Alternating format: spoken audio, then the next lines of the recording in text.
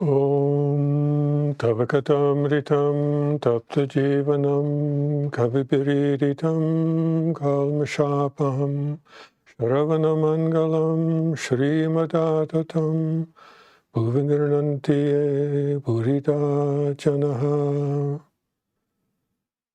The nectar of your words, the praise of poet seers, elixir of parched souls, delight to listening ears. Cleanser of all sins is great and glorious. They who spread it far and wide on earth are most generous. Om, peace, peace, peace.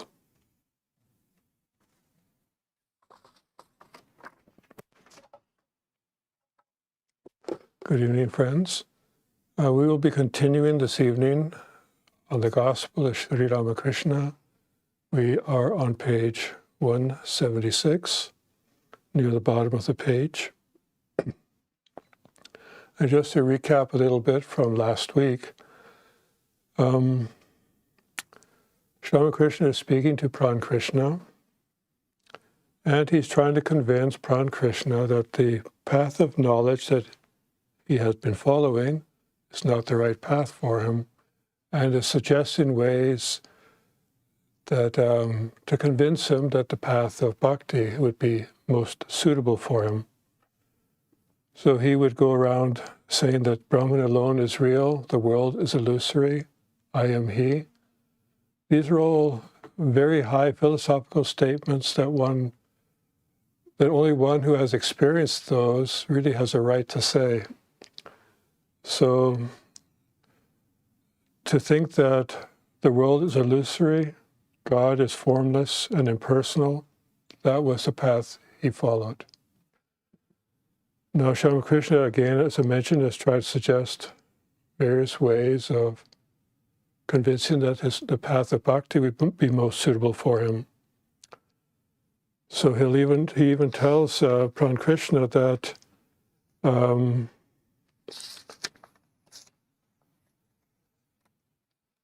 my Divine Mother is not only formless, she has forms as well, and one can see her forms. One can behold her comparable beauty through feeling and love, and the Mother reveals herself to her devotees in different forms. So, although Pran Krishna believes that God is formless, Swami Krishna is saying, well, the Divine Mother is also formless. So we start with a common point here, and now he pulls them in to the other aspects of God. And then he describes, well, his own attitude is that I am the machine, God is the operator. I act as he makes me act, and I speak as he makes me speak. So he's trying to reassure Pran Krishna that it is God that performs all the actions. We are merely instruments, but God is the doer. But again, that is an experience that one has as one proceeds in their spiritual practice. So, and then he also convinces Pran Krishna that when one has that feeling toward God, one will be like a leaf blowing in the wind. God will take you where you have to go, make you experience what you will experience. You don't really have to worry about being the doer, that you have to engage in every action. If you actually have complete faith in God and believe that he is the operator and you are just the machine, basically you are just a cog in that great machine, and you move as wherever the machine will move you. So you're developing dependence on God, and you're also feeling that you have given up all sense of doership. In other words, that sense of ego has become diminished. So now he is trying to, in convincing you about bhakti, he's also saying that worship God with an attitude. Either the attitude that God is your mother and you are her child, or that you are God's servant, God is the master, or that God is a friend or your father or some other human relationship, and to develop a sense of closeness to God, to the point where God is closer to you than the rest of the world. So now he continues in the conversation. He says that Brahman and Shakti are inseparable. Unless you accept Shakti, you will find the whole universe unreal. I, you, house, buildings, and family.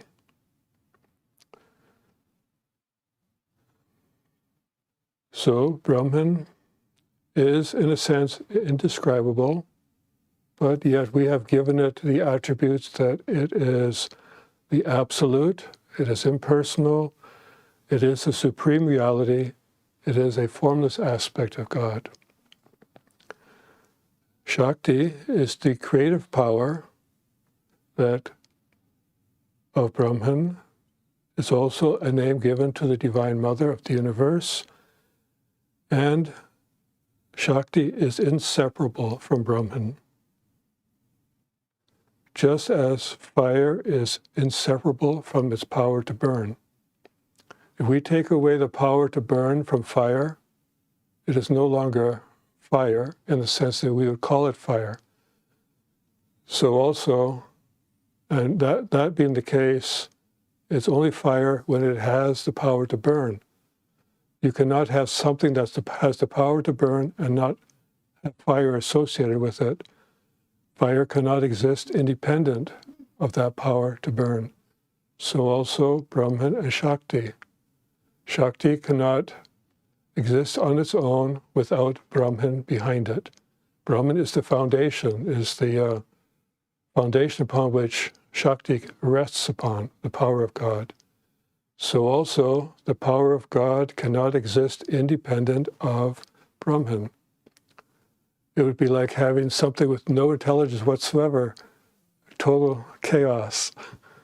It just could not exist. You would not even call it, this world cannot exist without both of these. And this world only exists because we've identified with it. But you might say, well, if I take away the power of fire to burn, I still can describe it because the flame remains. However, the flame is the result of something burning. And if that is not burning, there won't be any flame. So even if you just as if you take Shakti away from Brahman, Brahman becomes indescribable. So also, when you take away the power of fire to burn, what remains becomes indescribable.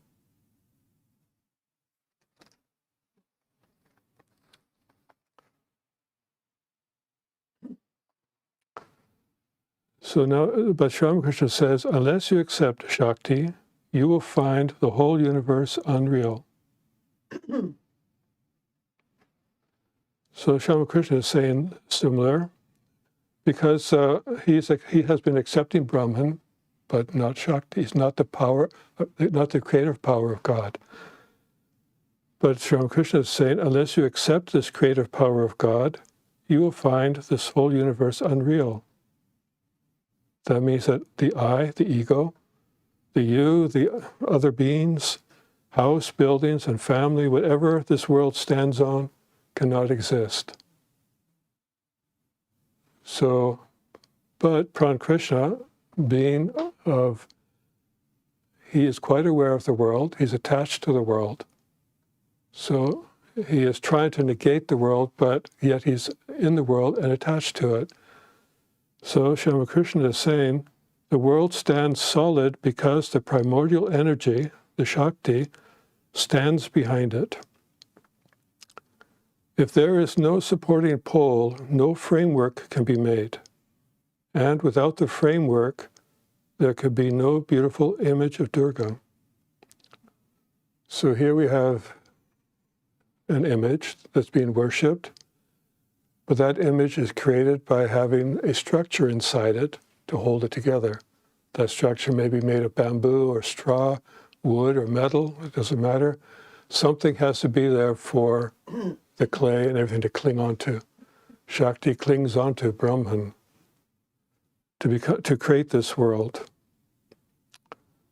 So Brahman is the support of Shakti. So here Ramakrishna is trying to provide some sense of reasoning with Pran-Krishna. But then he says, without giving up worldliness, a man cannot awaken his spiritual consciousness, nor can he realize God. So Pran-Krishna has studied Vedanta, as I mentioned earlier. He was a high official in the government. You don't become a high official in a British-ruled country unless you have either a lot of training, experience, ambition. You have all these things. You have worldly enjoyment, worldly desires to even be able to get that. So he still had that position. He was still attached to the world, but he's speaking like, oh, the world is illusory. Sometimes that is used as an escape phrase when you're going through periods of suffering, and you're saying that, oh, that's a thought that gives you some sense of relief. Oh, the scriptures say the world is illusory, but you don't believe that in your heart yet because you haven't experienced it. You're in the midst of suffering. You're in the midst of the world. So the world is very real for you at this point. But Ramakrishna says, without giving up worldliness, a man cannot awaken his spiritual consciousness, nor can he realize God. So he won't be able to realize that this world is illusory, that God is that Brahman alone is real and exists, unless he has been able to give up his worldliness, his ambition, his ego, all those things, all the things that he strives so hard to achieve.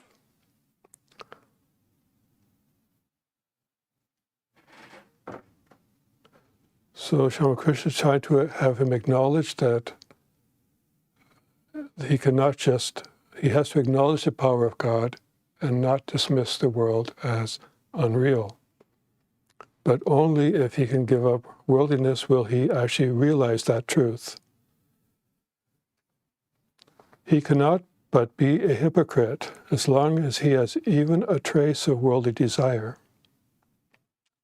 So here he is, and not directed at Pran-Krishna himself, but saying that one who believes, has these ideas of, and trying to tell everybody, oh, the world is unreal and this, and convincing himself of that, but yet he's attached to the world. He is behaving like a hypocrite. So God cannot be realized without guilelessness. Well, guilelessness means innocence, speaking the truth. A child is considered guileless when everything they say is truth. They're not trying to lie or hide anything. So you would say that child is guileless. But he's also not trying to be deceitful. And in this case, self-deception is creating this hypocrisy. So Ramakrishna is saying God cannot be realized without guilelessness. Well, this, but it's not just guile, because here so far what he's given here is a path for a sincere spiritual aspirant. So a sincere spiritual aspirant will, even though they may still, in their head they may think, oh yes, I like the ideal that God is, that Brahman alone is real, the world is illusory. And in one sense, that's a higher truth that has been experienced by many saints and seers. So we use that as a signpost. But now we are following this path, so we will have certain experiences that, yes, The world seems unreal, but yet for some reason I still perceive the world, I'm still attached to the world. But we know from what Sri Ramakrishna says, what many saints say, if we keep up with our spiritual practices, God will start becoming more real and closer to us than the things of this world. So there is a certain sense of hypocrisy there, because part of our mind still thinks that, part of it still thinks that this world is illusory, because it's so transitory, it's impermanent. So logically, we think that, but we haven't had that experience. So this thought is still there, along with the thought that, yes, we should do our spiritual practices, which will be more in line with the practices of bhakti yoga, devotion to God. So, and the more we rely on God, the more real God becomes to us, and the more truths will be revealed to us. And in spiritual talk, you would call those, we move from the lower truths to the higher truths. The highest truth being that Brahman alone is real. But we have to start from where we are. We can't just make a giant leap to something that we really have no conception of. We still think the world is solid, and we engage with it, and so we have to work with that.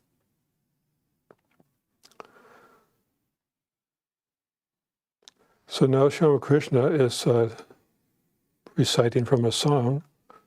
He says, "Cherish love within your heart, abandon cunning and deceit.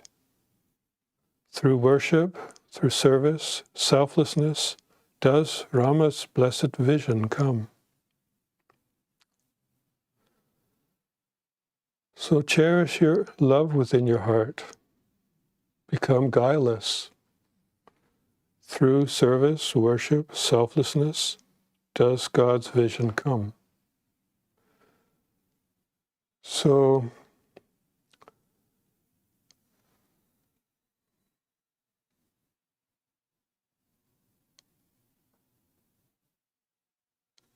when we apply this to ourselves, we have to overcome our self-deception. But what does a worldly person do?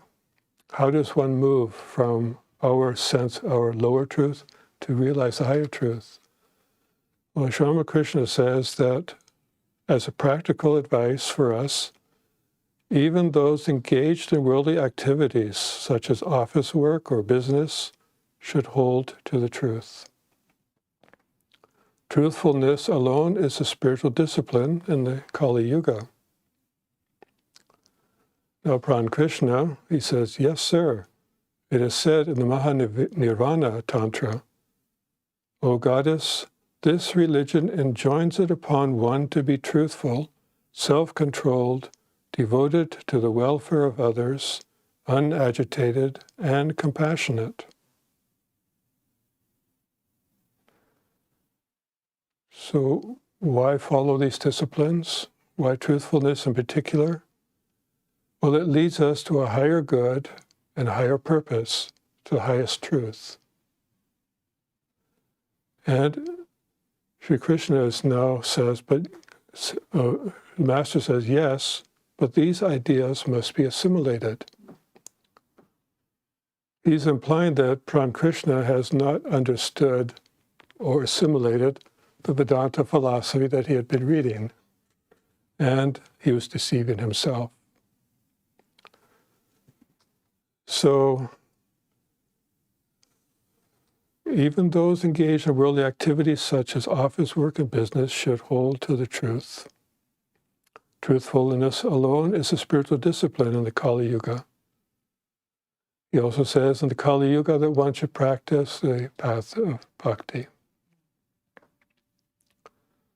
So if one practices the path of bhakti, follows the path of truthfulness, then one is sure to realize God. Well, we all know what happens, or what can happen, practicing truthfulness in today's world. or in the worldly environment. Is that possible? And I'm actually going to next Wednesday, elaborate on that aspect of it, because that's a talk in itself. So, but what I want to say at this point is that when one's thoughts and one's actions, one's words are one, then one can realize God. Then great power, energy comes to that person to be able to move forward. When one's thoughts, one's words, one's actions are one, there's no hypocrisy. So, but that requires spiritual discipline. Now, if one is to follow the path of truthfulness and make one's thoughts, one's words, and one's actions one, can they live in this world? That becomes the question. So I will elaborate on that next week, because that requires more examples and things. And with only 10 minutes left, I don't want to start on a half hour to more discussion on that topic. And I think we need to discuss that, because that is a crucial point he's making here. But as I mentioned earlier, that Sri Ramakrishna is trying to suggest to Krishna that he is deceiving himself, and we are deceiving ourselves also, because in many cases people read the Vedanta philosophy, be inspired by this idea that, oh, Brahman alone is real. But it's, how do you live up to that? How do you make that thought, those words, and those actions one? When that has happened, you have realized God. And as I mentioned, you cannot do that in one giant leap from where we're standing. So, by following those virtues that Krishna has just mentioned out of the Mahanirvana Tantra, that if one enjoins, that the religion, Vedanta or Hinduism, enjoins upon one to be truthful, self-controlled, devoted to the welfare of others, unagitated and compassionate. That also means you are becoming totally unselfish. You're that sense of ego, you're doing work, you're working for others. You're allowed to be able to do that. You become the machine. God is the operator. Those thoughts have to be imbibed and made one with yourself. And by following truth ourselves, we will understand higher truths. If we are constantly deceiving ourselves, claiming fantasies or truths and these sorts of things, that might help you survive in the worldly life. That will not help you at all in spiritual life. Because spiritual life is based on experiencing the true nature behind the world. What is our true nature? What is the nature of God? So in the search for that truth, we have to be truthful to ourselves. If we are always thinking about fantasies and that sort of thing, and imaginings, superstitions, calling those truths, well, that might convince worldly people, but it won't convince a spiritual aspirant, especially one who's striving to understand the truth within themselves. They will recognize untruth in the world more readily. So, and without that desire to know the truth, put all the energy into it, we will understand truth in a much deeper sense. And next week I will describe how Krishna, for example, describes truthfulness. How Krishna describes truthfulness. Does Ramakrishna's words for truthfulness supersede what Krishna has said? How do you reconcile those? So I will cover that hopefully next week. So I thank you very much for attending today, and I will conclude with a chant. I would save any questions on that topic for next week. Om Niranjanam Nityam Anantarupam Bhaktanukampa Tritavigraham Vaye Ishavataram Paramesamityam Tvam Ramakrishnam Shirasa Namamaha. We salute that Ramakrishna, who is without blemish, eternal and infinite in forms, who has assumed human form out of compassion for the devotees, who is God incarnate, the Supreme Lord, and who is most worshipful. Om, peace, peace, peace to all beings.